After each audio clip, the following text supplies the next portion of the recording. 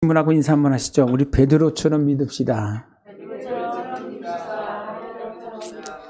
아멘. 누구처럼 되고 싶으면요, 누구처럼 하면 돼요. 성경에 보면 하나님을 표현할 때 이렇게 말합니다. 아브라함의 하나님, 이삭의 하나님, 야곱의 하나님은 우리의 하나님이라고.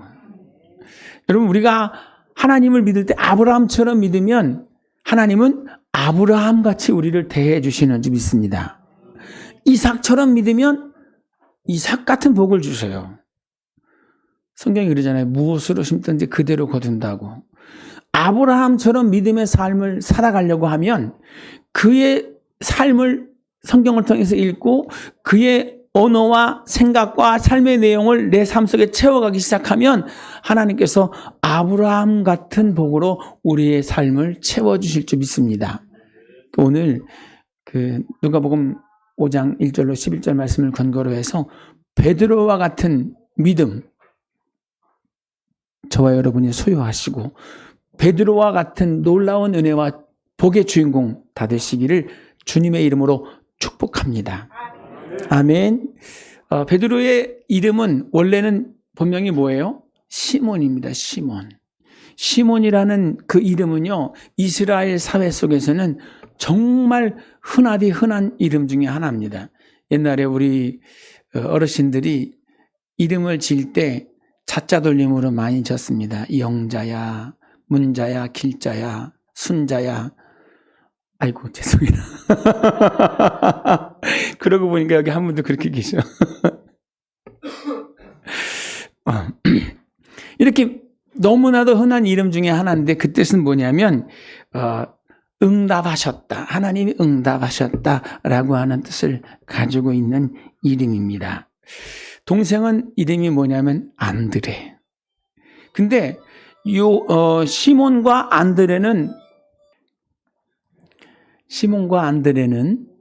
하나님의 나라를 사모하는, 즉 하나님의 약속하셨던 그 메시아의 시대를 기다리고 앙망하는 그러한 사람들이었습니다. 근데 그때 그 즈음에 제사장 출신의 요한이 유대 광야에 나와서 요단강에서 세례를 베푸는 거예요.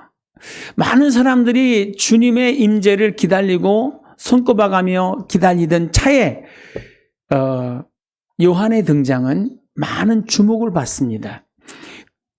그래서 많은 사람들이 유대 광야에 나가서 요단강에서 그에게 세례를 받죠. 또 사람들이 와서 묻습니다. 성경에 오신다고 했던 그 메시아가 당신이 맞습니까?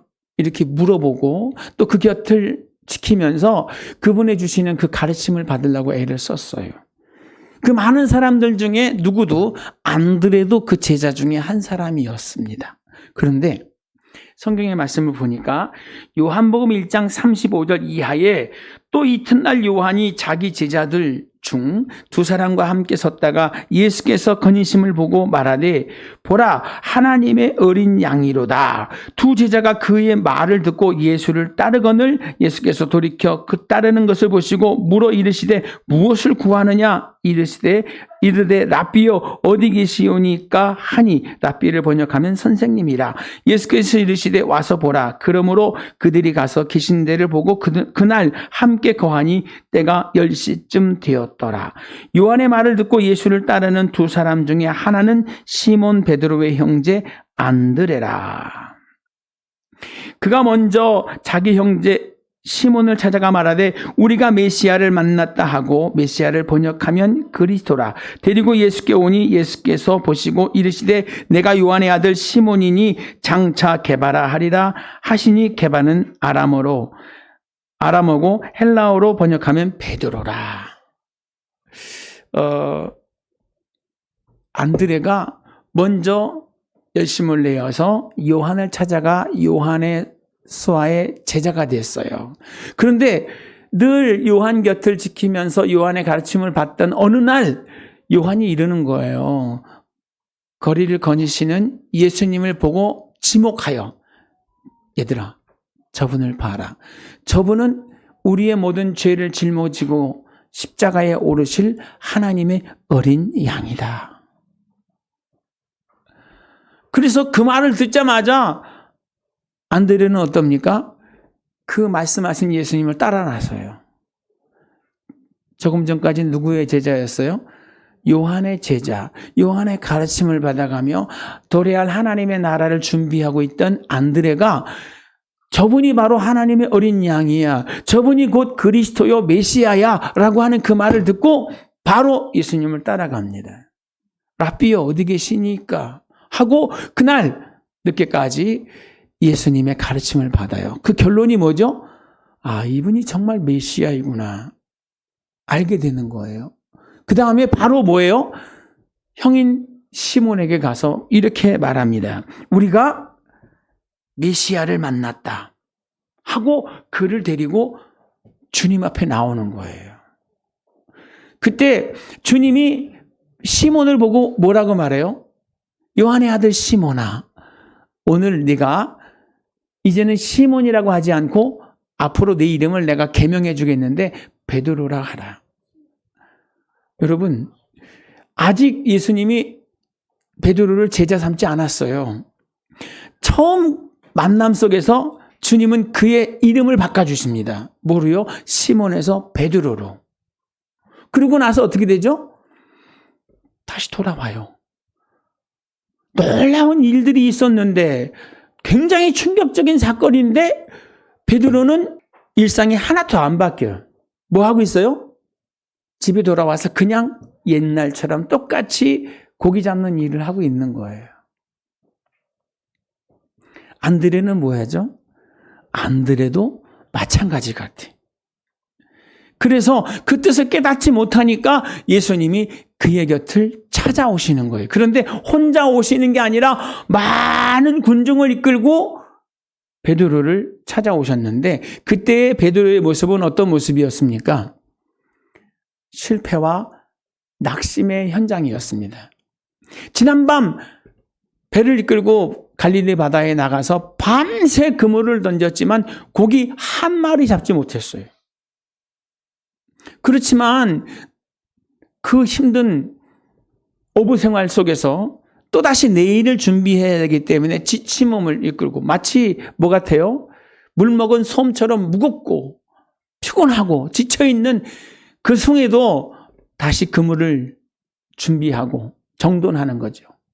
수초 가운데 그물을 던지니까 얼마나 지저분하겠습니까? 내일 다시 그물을 던져서 고기를 잡으려고 하면 그걸 다 떼내야 되고 찢어진 것을 또 꼬매야 되고 정리하는 그런 과정 속에 있는데 주님께서 베드로를 찾아온 거예요. 여러분, 앞에서 말씀드렸지만 예수님과 베드로는 구면이죠. 그분이 뭐까지 하셨어요? 이제는 내 이름을 시몬이라 하지 말고 베드로라고 해라. 이렇게 이름까지 바꿔주신 그분을 뭘로 알고 있어요? 메시아, 하나님으로 알고 있는 그분이 베드로의 삶에 찾아오신 거예요. 그리고 그 많은 무리들을 향해서 예수님이 말씀을 전할 수 있도록 그 배를 좀 쓰시겠다고 하실 때 예수님을 모시고 무태에서 조금 떼서 바닷가 가운데 서서 예수님이 군중을 향해 설교하시도록 도와주셨어요. 그 시간이 얼마인지 모르지만 짧지는 않았을 것 같아. 그죠? 긴 시간 그 군중들에게 하나님의 말씀을 전합니다. 예수님이 전하는 중심 메시지가 뭘까요? 하나님의 나라예요. 하나님이 이루고자 원하시는 하나님의 나라. 그 말씀을 다 마치시고 그 군중들이 보는 가운데 예수님이 베드로에게 이런 말씀을 합니다. 깊은 곳에 가서 그물을 던져 고기를 잡으라. 여러분, 제가 청년 때에 멋모르고 기도를 하다가 주의 음성을 들었습니다. 그리고 환상을 봤어요. 너무 좋았어요. 근데 그 뜻이 뭔지 몰랐어요. 다만 뭐가 좋아요? 아, 하나님이 내게 말씀을 하시더라고. 나도 기도하는 가운데 환상을 봤어. 이 정도였었어요. 제 삶은 바뀐 게 하나도 없어요. 그냥 그대로 전과 같이 똑같이 진행되고 있었어요. 그런데 그러한 저의 삶 가운데 누가 찾아왔냐면 기도하시던 저희 사촌 매형 부부가 찾아왔어요. 찾아와서 뭐라고 말하냐면 저희 어머님을 만나서 작은 어머니, 하나님께서 민규를 주의 종으로 부르셨는데 민규가 몰라서 저희가 왔습니다. 가서 가르쳐 주라고 해서 왔습니다. 그래서 저희 어머님한테 이 얘기를 하고 저한테 얘기를 하시더라고요. 사실은 전혀 꿈꾸지도 않고 상상도 못했던 이야기를 할 때 멘붕이 됐어요. 내가 하나님의 일을 한다고? 내가 주의 종이 된다고? 그런데 그렇게 말하고 가시고 난 다음에 계속 마음 가운데 계속 몽글몽글 뭐가 피어올라요? 내가 하나님의 일을 한다면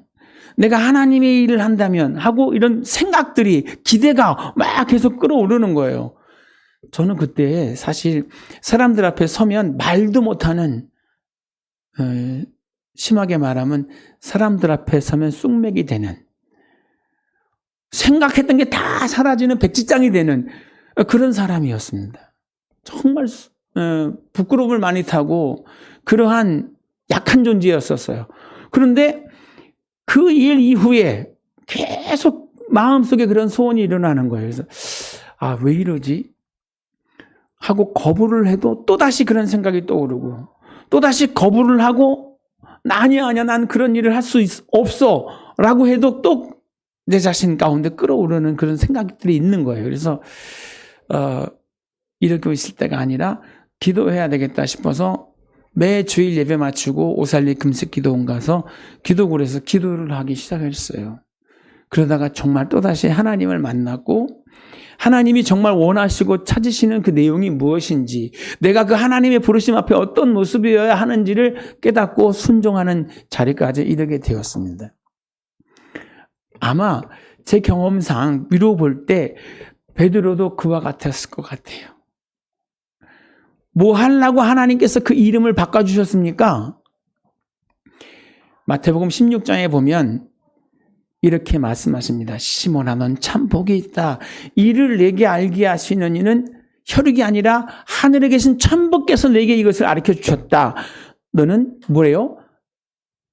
베드로라. 내가 이 반석 위에 내 교회를 세우리니 음부의 권세가 이기지 못할 것이니라. 반석이라는 뜻의 그 베드로의 이름은 처음 만났을 때 하나님께서 허락하신 이름이에요. 그죠? 그때는 왜 이런 이름을 주시는지도 몰랐는데 마태복음 16장에 가니까 뭐라 그래요? 내가 이 반석 위에, 너의 그 신앙의 고백 위에 내 교회를 세우리니 음부의 권세가 이기지 못할 것이라고 하는 놀라운 이야기를 하시거든요.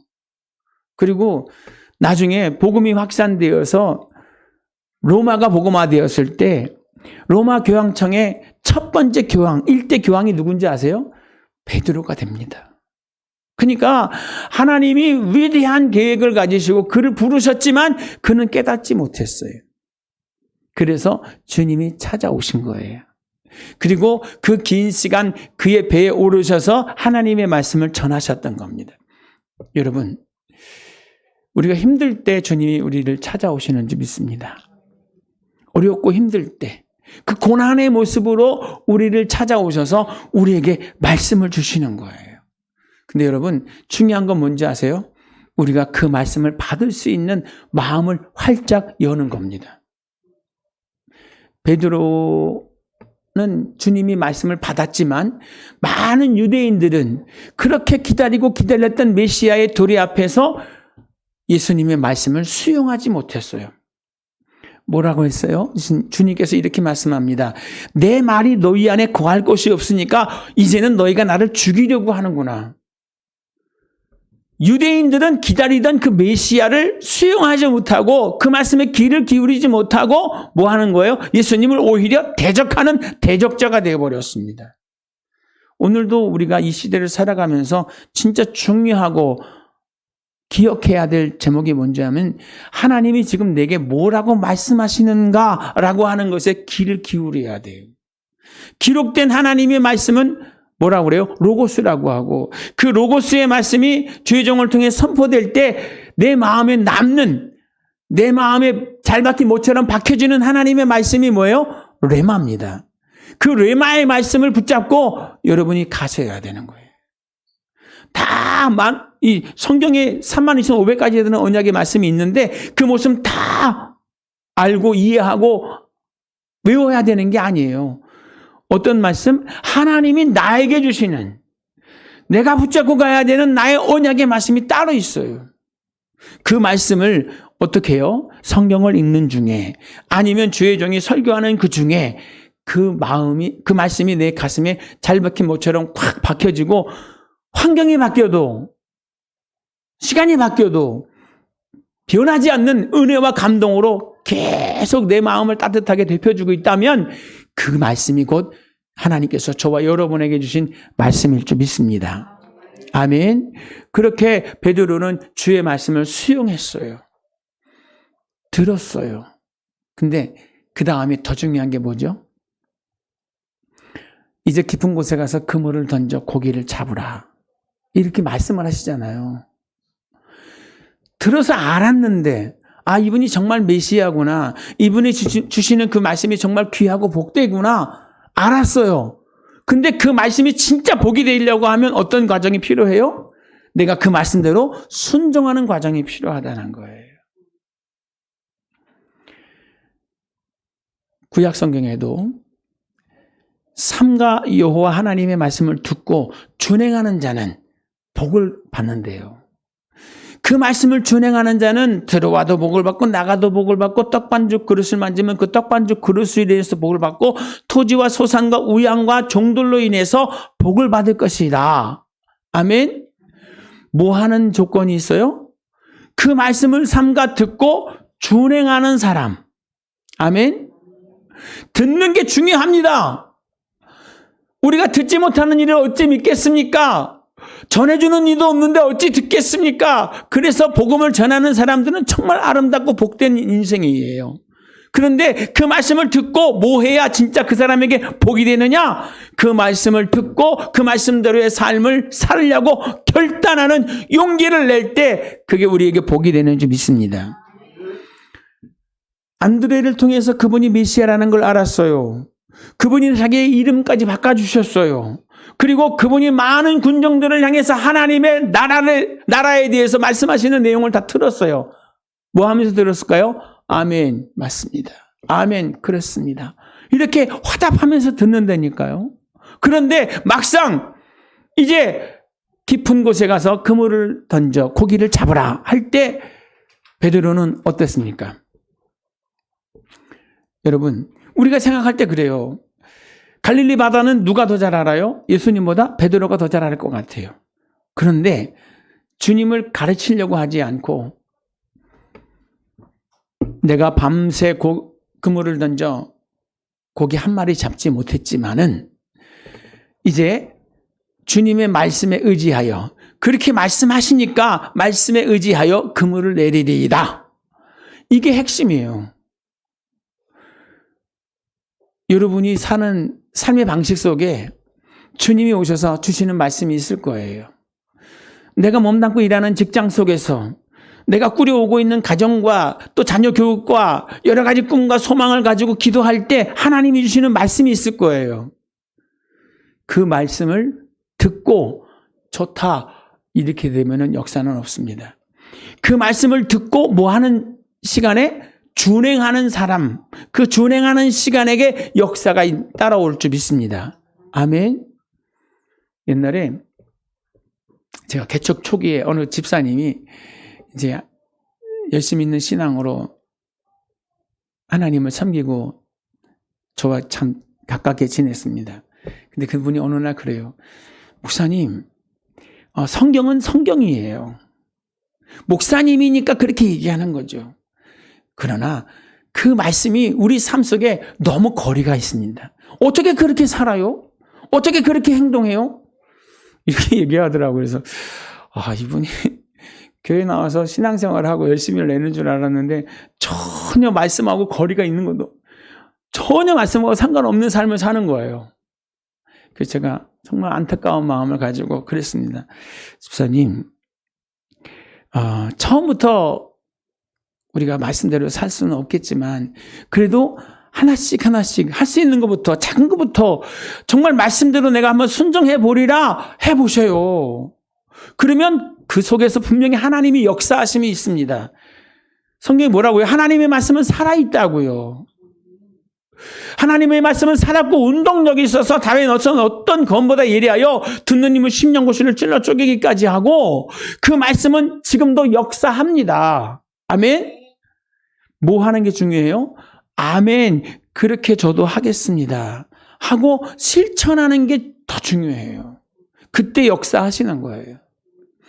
밤새 그물을 내려서 고기 잡은 건 하나도 없습니다. 그리고 대낮에 깊은 곳에 가서 그물을 던지면 고기 한 마리 못 잡는 것 압니다.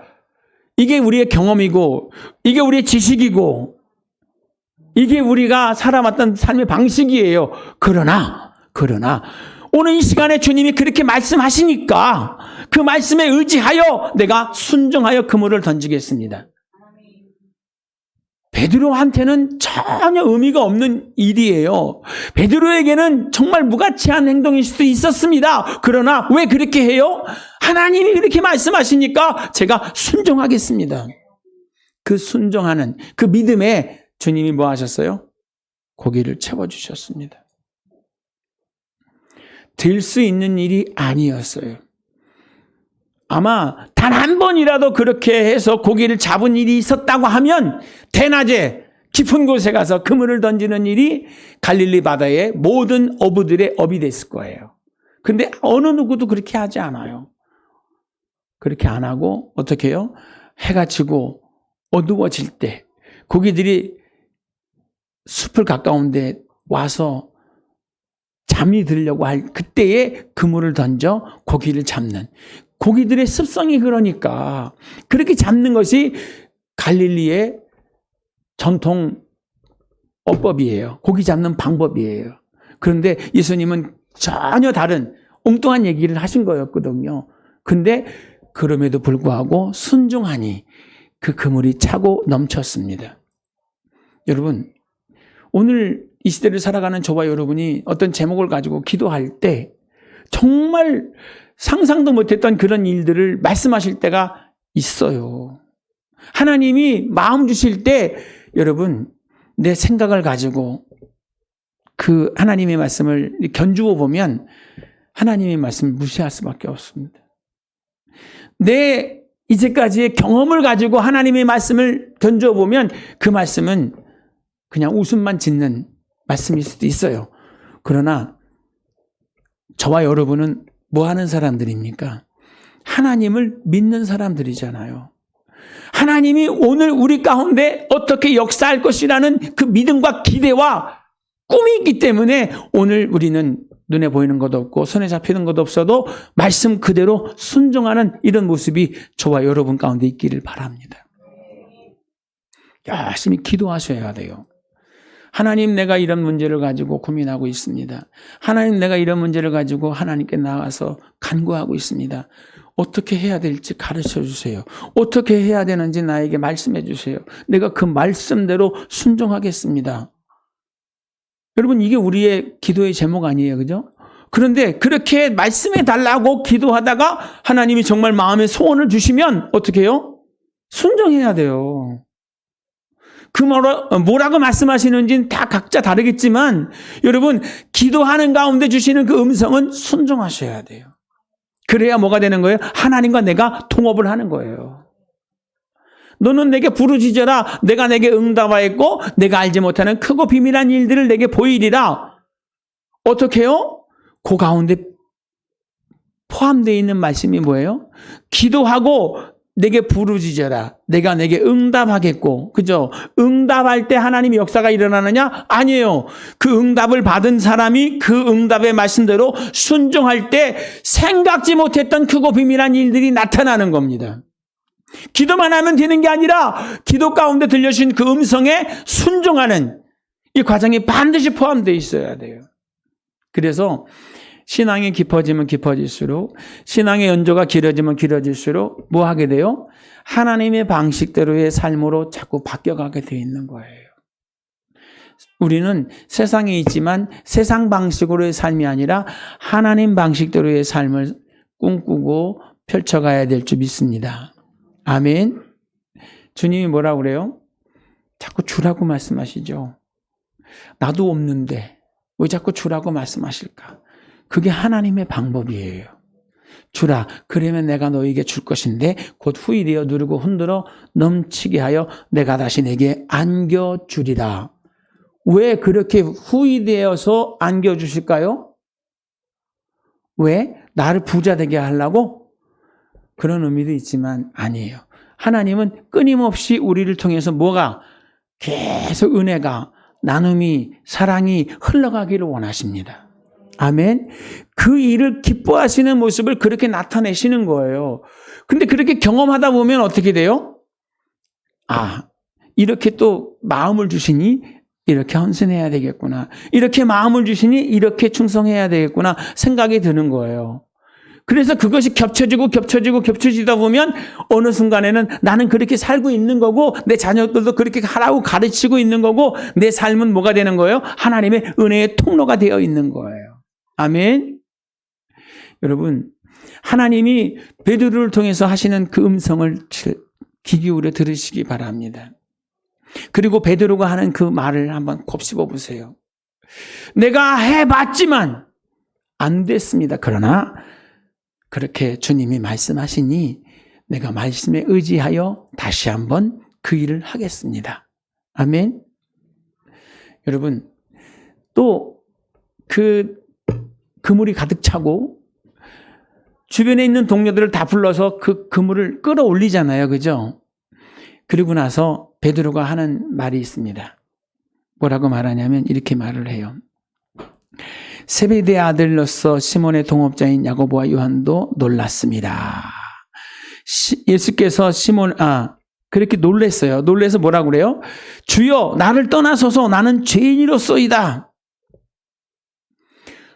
겁나게 복을 받은 거죠. 그런데 그 복을 받고 나서 보니까 어때요? 나는 그 복을 받을 만한 자격이 안 되는 것 같아. 자신의 모습이 너무나 딱 드러나니까 하나님, 나는 이러한 복을 받을 만한 사람이 아닙니다. 나를 떠나소서. 나는 정말 죄가 많습니다. 허물이 많습니다. 근데 주님이 뭐라 그래요?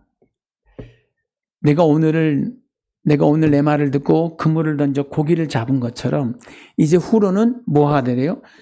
내 말을 듣고 그물을 던져 사람을 낚는 어부가 되리라. 아멘. 사람만 낚나요, 여러분? 하나님의 말씀에 의지하여 그물을 던지면 사람만 낚나요? 여러분, 하나님의 말씀을 듣고 순종하여 그물을 던지면 모든 것을 다 얻을 수 있는 줄 믿습니다. 이게 뭐예요? 이게 하나님이 우리에게 가르쳐 주시는 영적 비밀이에요. 이게 하나님의 방법이에요. 그래서 뭐 해야 돼요? 기도하셔야 되고, 기도 중에 들려주시는 그 말씀을 받아서 그 말씀에 의지하여 그물을 던지면 여러분이 기도한 내용이 무엇이든 간에 하나님이 역사하실 줄 믿습니다. 그러니까 하나님이 역사하시는 개인이 돼야 되고, 하나님이 역사하는 가정이 돼야 되고, 하나님이 역사하는 교회가 돼야 돼요. 그러려면 기도하는 가운데 주님 주시는 말씀에 의하여 순종하는 이런 모습이 되어야 될 줄 믿습니다. 2023년 우리 교회 표어가 뭐죠? 네, 깨어서 기도하며 순종하는 교회.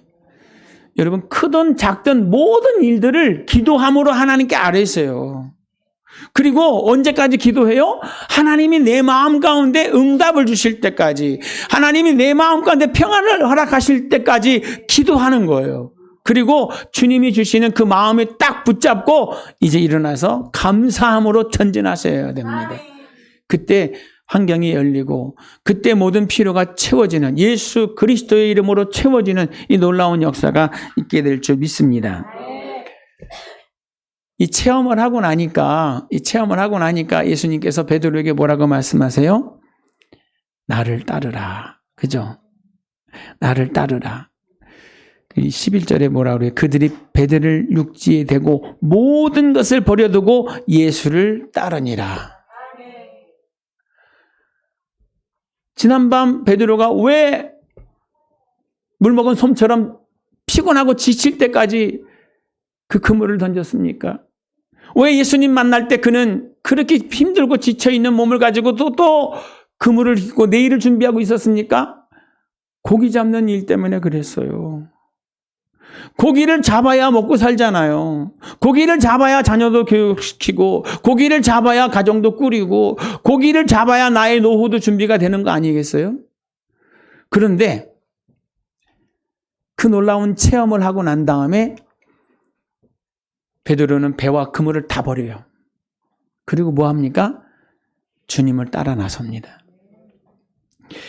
성경의 말씀을 보면 이런 말씀이 있습니다. 예수님이 밭에 감춰진 보화의 이야기를 하셔요. 마태복음 13장 44절. 천국은 마치 밭에 감추인 보화와 같으니 사람이 이를 발견한 후에 숨겨두고 기뻐하며 돌아가서 자기의 소유를 다 팔아 그 밭을 샀느니라. 아멘. 베드로가 뭘 발견한 거예요? 베드로만 아니죠. 베드로, 안드레, 요한, 야고보. 이 네 사람이 뭘 발견한 거예요? 주님의 말씀을 의지하고 주님의 말씀에 순종하면 놀라운 역사가 일어나는구나. 고기 잡는 거 이거 아무것도 아니구나. 고기만 잡아요? 재물을 얻는 거나 사람을 얻는 거나 환경을 얻는 거나 이 나라를 세우는 것까지도 로마를 이기고 이 나라의 독립 문제를 해결하는 것도 뭐만 하면 될 것 같아요? 하나님의 말씀만 의지하면 될 것 같은 거예요. 그래서 뭐 하는 거예요? 다 버려두는 거예요. 이제 인생을 바꾸는 거예요. 주님을 붙잡고 주님과 함께 하면 되겠구나 라는 용기가 생기니까 다 버리는 거예요. 여러분, 이 자리에서 제가 여러분에게 여쭙니다. 여러분에게 우리 예수님은 어느 정도의 분이십니까? 다 내려놓을 수 있나요? 여러분이 지금까지 여러분의 삶을 꾸려갔던 그 방법들 내려놓으실 수 있나요? 말씀하시면 내가 그대로 하겠습니다. 주님이 말씀하시면 내가 그대로 순종하겠습니다. 되나요? 그래서 베드로가 위대한 거예요. 그래서 베드로를 하나님께서 사랑하시고 그렇게 높이 쓰시는 거예요. 아무나 그렇게 할 수 없죠? 하나님, 나도 베드로와 같은 믿음과 용기를 좀 주세요. 기도해서 응답은 받았는데 여전히 그 문제 가운데서 허우적거리면서 어떻게 좀 안 되겠습니까? 이렇게 기도하고 있는 건 아닌가요? 하나님이 말씀하실 때 순종하지 못하는 건 왜요? 믿지 못하니까, 두려우니까, 계산하고 있으니까 못하는 거잖아요. 그런데 베드로와 요한과 야고보와 안드레는 뭘 발견했어요? 아, 이분이 하시면 되는구나. 이분은 전능자이시구나. 이분이 진짜 메시아 하나님이시구나 라는 것을 깨달았을 때 그들은 용기를 낼 수 있었습니다. 우리도 지금 우리들에게 주어진 그 삶의 현장 가운데 이런 믿음 달라고 하나님께 기도하며 나가게 되시기를 주님의 이름으로 축복합니다. 이 믿음이 없이는 하나님을 기쁘시게 못합니다. 믿는다고 하면서도 여전히 우리는 우리 방식의 생각을 합니다. 믿는다고 하면서도 우리는 여전히 우리 방식의 계산을 합니다. 그 믿음이 없이 계산하면 답이 없어요. 항상 결론은 뭐예요? 안 돼. 할 수 없어. 그거는 성경의 이야기지. 이렇게 되면은요, 우리는 그냥 껍데기만 있는 신자가 될 수밖에 없어요.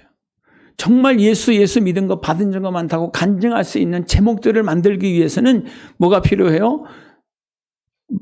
모험하는, 도전하는 이런 용기가 필요합니다. 정말 그 응답을 받았을 때 눈에 보이는 것 없어요. 그 응답을 받았을 때 손에 잡히는 것 없어요.